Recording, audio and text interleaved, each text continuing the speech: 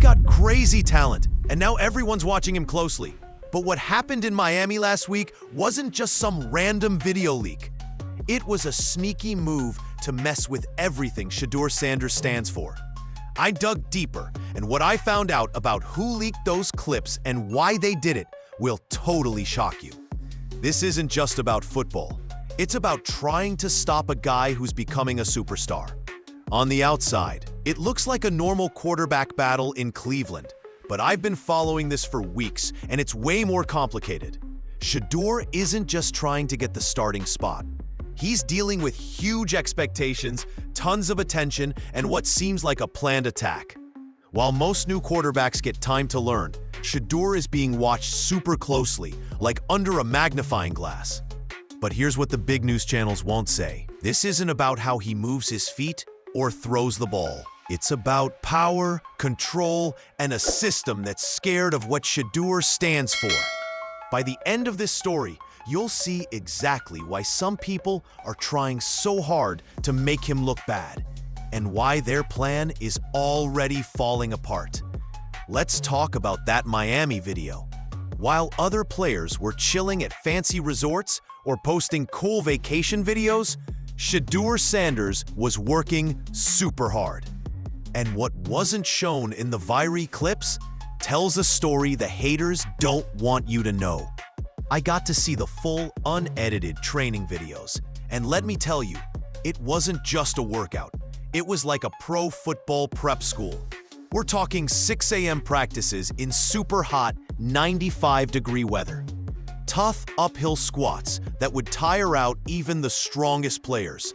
Pushing heavy sleds so hard his trainers were worried he was overdoing it. But here's the thing, every exercise had a reason. Those squats were to help him stay steady when he's under pressure in the game. The sled pushes were to make his core strong so he can throw while getting hit. And throwing in that heat was to make his arm ready for the last part of the game. Now, here's where it gets shady.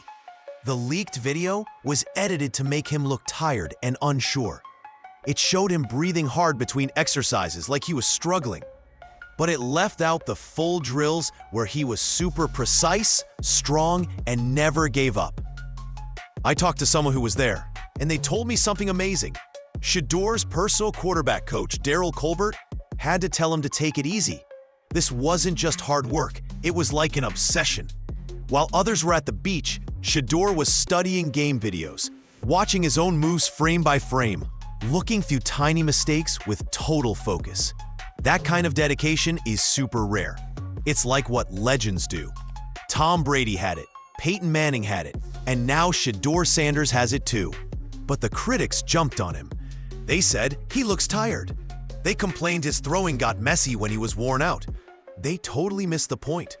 Pushing past tiredness in practice means he won't get tired in games. While other quarterbacks slow down in the last part of a game, Shedeur will keep going strong. This isn't just hard work. It's like rewiring how you get ready for the NFL. And that scares the big shots, because they've seen this before with his dad, and they know how this story ends. That's why they're trying so hard to control the story before it's too late. Let's talk about how he changed his throwing style this offseason. Shedeur didn't just watch videos.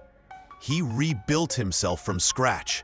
With his coach Daryl Colbert, they recorded every single throw, looked at every step he took in slow motion, and fixed mistakes right away. His footwork was studied super closely, frame by frame. His throwing motion was checked from tons of angles. Even the way his eyes moved was improved to make him read the game faster. The change is so clear. His steps are now 0.3 seconds faster. His throws are quicker, so defenders have less time to react. He's not just dodging in the pocket anymore, he's owning it. He's stepping up and throwing perfect passes. Now let's talk about the unfair treatment. When Josh Allen fixed his throwing style, the news called him smart and hardworking. But when Shedeur does an even bigger change, they say he's desperate or stressed. One silly complaint is that he taps the ball before throwing. First, Peyton Manning, a super famous player, did that his whole career. Second, it's not a tap. It's a careful grip change to make his throws super accurate. And about that Colorado game footage critics love to use against him, yes, he moved around in the pocket, and sometimes his throws weren't perfect. But let's be real, he was playing behind one of the worst offensive lines in college football. I watched every play from his last season. He was under pressure 68% of the time. No quarterback could do great with that much chaos. But Shedeur still threw for over 3,200 yards and 27 touchdowns, even while getting hit a lot. That's not messing up. That's being tough under pressure. It's not a weakness. It's a sign he's already super skilled. I had an old NFL quarterback coach look at Shedeur's new moves, and he said, "This is perfect." He thought it looked like a guy who's been starting for 5 years, not a rookie. The videos don't lie. His technique is cleaner, sharper, and better than most starting quarterbacks in the NFL today. Everyone's talking about him, and it's loud. They say he's not just throwing short passes, he's throwing long, accurate passes right through tight spots. So, no, it's not about whether he can read defenses. It's about how naturally he reacts once the play starts. A huge rumor is spreading across the NFL, and it's coming from Cleveland. At first, it sounded crazy. A fifth-round rookie taking charge of the Browns quarterback group? It seemed like fake news. But now that talk is getting louder. Something big is happening at the Browns camp, and everyone close to it agrees on one thing. Shedeur Sanders isn't just showing potential, he's taking over.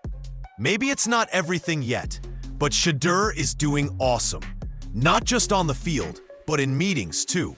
Coaches are happy, older players are noticing. One person said he's already won over the tough veteran players with his charm, calm, and smarts. This wasn't supposed to happen. Shedeur came into the NFL with low expectations. Fifth-round picks don't usually rise this fast, especially with guys like Kenny Pickett, Joe Flacco, and Dylan Gabriel in his way. But now, things are changing fast. Coaches are rethinking their plans. Teammates are whispering, and the front office is trying to keep things under control. Because Shedeur is making a strong case to be the main quarterback. He's focused, smart, always positive, always smiling. One person close to the team said, "You want to hang out with a guy like that? You want to work with him." And here's the big deal. It's not just his throwing skills, it's his brain. The same things scouts loved about him before the draft are showing up big time. But it's the stuff you can't measure, like staying calm under pressure, that's making him rise so fast. One coach said his mental skills will get him playing sooner than anything else. The big moment came in a fast-paced practice drill, full speed, moving the ball. It's the kind of drill where every play matters, and rookies usually just watch. But not Shedeur. He stepped up ahead of Dylan Gabriel. No big announcement, just quiet confidence. He took charge of the team like he'd been doing it for 10 years, and then he crushed it. He wasn't throwing easy passes. He was throwing hard, accurate passes through tight spaces, leading the team like he was in charge. Someone watching said it wasn't just luck, it was a bold move. Let's look at the numbers. Shedeur completed 74% of his passes last season at Colorado, over 71% for his whole college career, even with 90 sacks in just 2 years. He was under pressure all the time and still played like a pro. Now, he's got a real NFL offensive line and great players around him. And from practice videos, he's tearing apart defenses. Every clip shows the same thing. Big, clean passes right on target, all over the field. And inside the team, what's really surprising people isn't just his throws, it's how he thinks about the game. One coach said he sees a play on the board, goes through it once, and then does it perfectly in practice like he's been doing it for years. That kind of brain power is super rare, especially for a rookie picked late in the draft. The way he turns ideas into action so fast, that's what makes champions. Everyone says he's one of the most polished rookies they've ever seen. Now, the big question is, can he not only make the team, but get real playing time in practice and maybe even win the starting job? It's a big challenge, but it's not impossible because this quarterback group is wide open. There's no set-in-stone star quarterback like Matthew Stafford or Jared Goff. If it comes down to pure skill, Shedeur might already be the best. And if you think this is just media hype, think again. This is real. If Kenny Pickett starts week 1, it might be more about the coach's job security than who's actually better. Because from what we're seeing, Shedeur Sanders might be the best quarterback on the team. There's talk that the coach, Kevin Stefanski, is feeling a lot of pressure. Real pressure. The kind where your job is at risk. People close to the Browns say it's already affecting his choices. If he starts Shedeur Sanders, it shows he's got some time to develop a young, exciting player. But if he picks Kenny Pickett, it means he's desperate to win right now or he's out. Someone inside the team told me for weeks that the week 1 starter would be Kenny Pickett or Dillon Gabriel. The plan was for Flacco and Sanders to fight for the third-string spot. But nobody expected Shedeur Sanders to change everything. Now the locker room is buzzing. His stance is smoother, his throws are faster, and his accuracy is way better. This isn't the same quarterback we saw in college. This is something way more exciting. But they keep changing the rules, refusing to admit what's obvious. A young, confident black quarterback who works harder than everyone else. That's what bothers them. True leadership doesn't always need to be loud. In Cleveland's quarterback room, Shedeur Sanders is showing that the best leadership is quiet, steady, and impossible to ignore. Behind the scenes, things are shifting. Coaches and older players are starting to notice, while critics try to explain away what they didn't see coming. I talked to people inside the Browns, and they say he acts like a pro who's been in the NFL for 10 years. He's the first one at practice and the last to leave. He takes notes in meetings, even on plays that aren't for him. Every time he talks to teammates, he's humble, focused, and wants to help everyone get better. One moment shows it perfectly. During a recent practice, veteran receiver Amari Cooper changed a route a little bit in the middle of a play. Instead of getting mad, Shedeur calmly talked to him and said, "Show me how you want to run that. I want to throw it right where you need it." That's not how rookies act. That's how a team leader acts. But the media calls his confidence cocky, like he hasn't earned it. Let's be real, they said the same about Cam Newton, Lamar Jackson, and every black quarterback who acted like a leader before the NFL said it was okay. But leadership isn't given, it's taken. And Shedeur Sanders is quietly taking charge of the team, the locker room, and the vibe. He leads with calmness, clear thinking, and confidence that spreads to others. Even veteran players are changing their routines because of him. Joe Flacco, who's been in the NFL for 16 years, has started copying Shedeur's pre-practice habits. Kenny Pickett is staying late to practice the same footwork Shedeur does every day. That's not random. That's respect. One veteran, who didn't want his name shared, said it best. He's different. He doesn't act like a rookie because he doesn't think like one. He's already one of us, but he's also pushing us to get better. That kind of respect can't be bought or faked. It's earned through hard work and real leadership. You can see it in team meetings. When coaches ask tough questions, players look at Shedeur.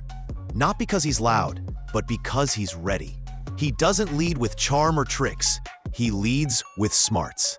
And just recently, someone named Grossi let something huge slip.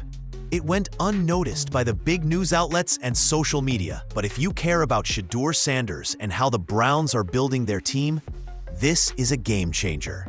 Here's what went down. Grossi was talking about this year's training camp and the tricky quarterback situation with Joe Flacco, Kenny Pickett, Dillon Gabriel, and Shedeur Sanders. Everyone's focused on who'll be the main quarterback or which veteran looks good in practice. But Grossi said something that stopped me cold. He said rookie draft picks are always safe under Andrew Berry. He does not cut his rookie draft picks their first season. Think about that. Not some rookies, Not most, always. That's not just a choice, it's a team rule. If Andrew Barry picked you in the draft, especially in 2024, you're not just there to practice, you're making the team. Hit that subscribe button, like the video, and tell me what you think in the comments. This matters, and Grossi didn't back down. When asked if Shedeur Sanders and Dillon Gabriel would make the final team, he didn't say, "We'll see how practice goes." He said, "They're making the 53-man roster, period." That's a huge deal, because most people still think this quarterback group has a strict order. Flacco, then Pickett, then Gabriel, then Shedeur. They think Shedeur is just a project who will sit on the bench. Nope, that's old school thinking. The Browns are playing a smarter game now. They're not playing simple checkers. They're playing chess. Let's put this in perspective. In the last 2 seasons, the Browns have used 9 different starting quarterbacks. Not a mistake, 9. 4 last season, 5 the year before. That's not a strong lineup. That's a problem.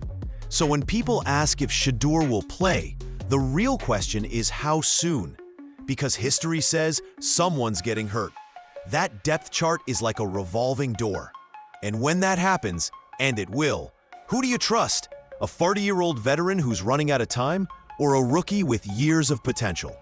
Let's be real. Joe Flacco was great in 2023, but he's 40. Even Grossi called him a rare case and said no one knows if he can handle another full season. Then there's Kenny Pickett, who's basically here for 1 year, not the future. These guys aren't the long-term answer. They're temporary, and everyone knows it. Here's something people aren't talking about enough: rookie contracts. The 4-year deal Shedeur signed isn't just a contract, it's a smart move. It gives the team flexibility to build around a young quarterback without spending $200 million, while Deshaun Watson's deal is eating up $36 million of the team's budget. The Browns added 4 quarterbacks for just $7.5 million total. That's super smart team planning. With Shedeur and Gabriel on cheap rookie deals, that's not just depth, it's a long-term strategy. One team insider said it clearly: if one of the young guys starts and fails, everyone's in trouble. The original plan was careful. Bring Shedeur along slowly. Let him learn. Have him do third-string duties, run practice plays, and hold a clipboard. He wasn't supposed to shake things up this fast. But then, the coaches saw his practice videos and couldn't believe it. Every throw was spot on, every play was perfect. Quiet talks in the front office turned into serious meetings. One boss reportedly said, "We thought we could keep him on the bench. Now we're wondering if we need to start him." That puts Coach Stefanski in a tough spot. If he starts Pickett or Gabriel and they struggle, fans will want Shedeur by week 3. But if he starts Shedeur early and he has a bad game, the bosses might say he rushed it. Stefanski's job is on the line. People say if he picks Pickett, he's coaching to save his job. If he picks Sanders, it means the general manager is giving him time to build. The tension is real. Sources say Pickett is frustrated. Flacco is staying calm, but he knows what's going on. Gabriel, who was once a surprise contender, is now watching a 5th-round pick pass him by. One staffer summed it up: "You can feel the quiet tension in the building. Everyone's waiting for Stefanski's decision." But let's be real, this isn't about team politics anymore. It's about who's got the momentum. And right now, Shedeur has it all. He's winning on the field, in the film room, and in the locker room. Even the media is starting to notice. Former NFL player James Jones said on TV that Shedeur is the Browns' best choice right now. Not later, but now. Behind the scenes, there's talk that Stefanski wanted Shedeur, but the front office picked Gabriel earlier, maybe to avoid pressure from the team owners. So don't believe the simple stories or get caught up in who's listed where on the depth chart. Pay attention to the choices, the money, and the vibe coming from the team. Because when a quarterback gets hurt, and in Cleveland, it's gonna happen, the question won't be if Shedeur gets a chance, but if the NFL is ready for him when he does. Hit that subscribe button, like the video, and share your thoughts in the comments. Your support keeps these deep stories coming. Thanks. Now, let's talk about Deshaun Watson. Because honestly, the team knows that story's almost over. Whether it's his injuries, up and down play, or all the drama since he joined Cleveland, it's clear things aren't working out like they hoped. That's the truth not many people want to say out loud. So what do you do when your quarterback group is full of unknowns and short-term fixes? You stop putting on temporary fixes and start building something solid. You switch from panic to planning for the future. And I think that's what the Browns are finally doing. Building a real quarterback plan from scratch. At the heart of it are Shedeur Sanders and Dillon Gabriel. Think about what that means. What's better than grooming a young quarterback in a system where he doesn't have to be perfect right away? He doesn't have to win everyone over in one game. He doesn't have to be flawless from the start. He gets time to learn, get advice, and grow step by step. And when injuries happen or the older players run out of energy, he's ready. Not rushed, but ready. A report on SI.com says Shedeur Sanders is already looking like Cleveland's future main quarterback. Not necessarily this year, but soon. Think 2025. And this isn't just talk. It's coming from people inside the team, coaches, analysts, and insiders who know what a real NFL quarterback looks like. They see his throwing skills, his leadership in the huddle, and his calmness under pressure. And then Tony Grossi said something that caught my attention. He said Kevin Stefanski and the Browns are going back to their main strategy. Run the ball, use tight ends, and rely on play-action passes. That's a perfect setup for a young quarterback like Shedeur. He's got the arm to make those play-action throws. He just needs to get faster at reading the game and adjusting to the NFL speed. And for the big fans of Deion Sanders and Shedeur's determination, this is your time to shine. What scares the critics isn't his leadership. They're nervous because he doesn't wait for permission to lead.